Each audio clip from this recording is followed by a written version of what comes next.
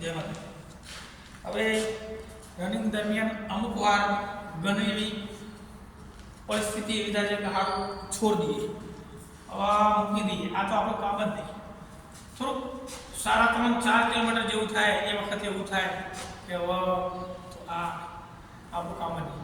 એ દરમિયાન આપણે કંઈક એવા વિચાર કરવાના. પ્રેક્ટિસ દરમિયાનની વાત કરું છું, હું ગ્રાઉન્ડની વાત નહીં કરતો. જ્યારે તમે ગ્રાઉન્ડમાં દોડવા જાઓ એ વખતની વાત નથી કરતો.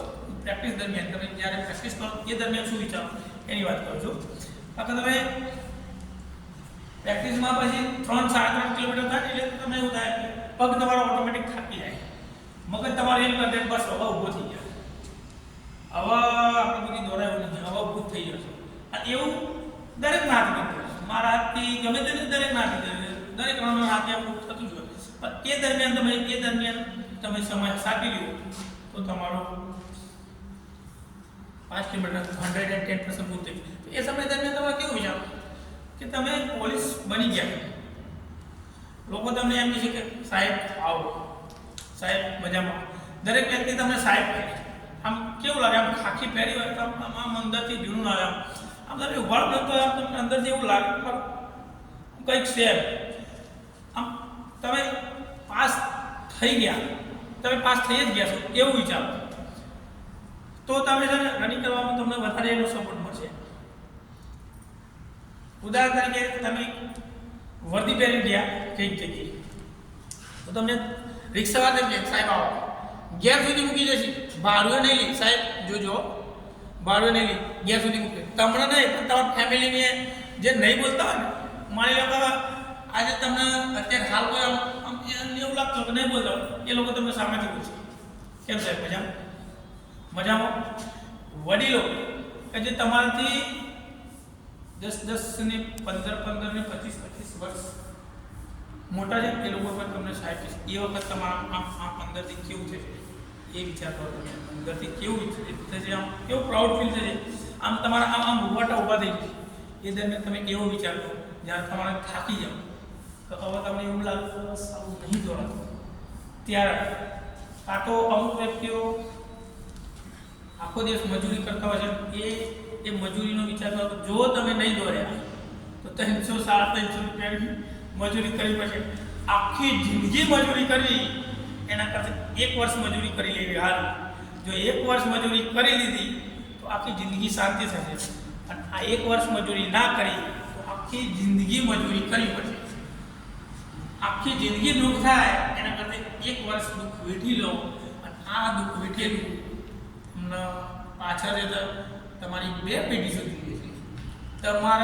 તમે તમારો છોકરો અને તમારા બાપાને તમે ખાસ ધ્યાન રાખી શકો. આમ શું સમાજમાં પણ તમારો માન વધી જાય.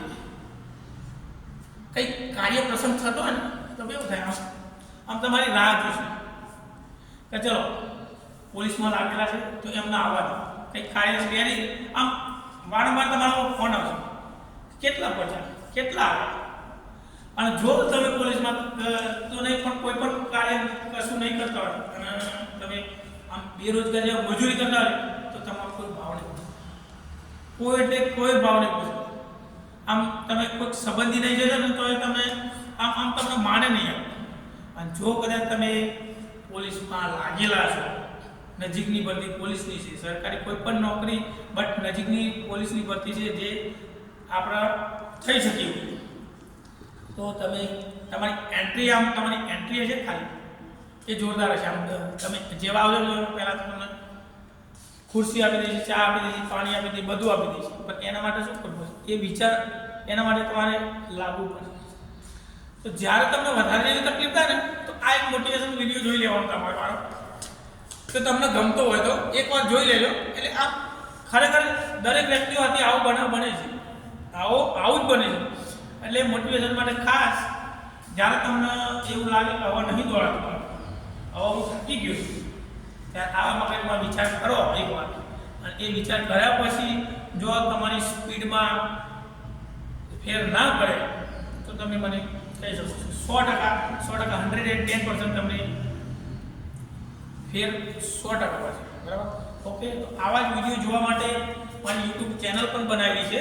તો તમને મોટિવેશન આ તમારા શું તમારા મનમાં શું થાય છે એ બતાવું છું તમને કે આવું બધું થાય છે. કારણ કે મને થયેલું છે, બરાબર, મને એક્સપિરિયન્સ છે એટલા માટે. ઓકે, તો જય માતાજી.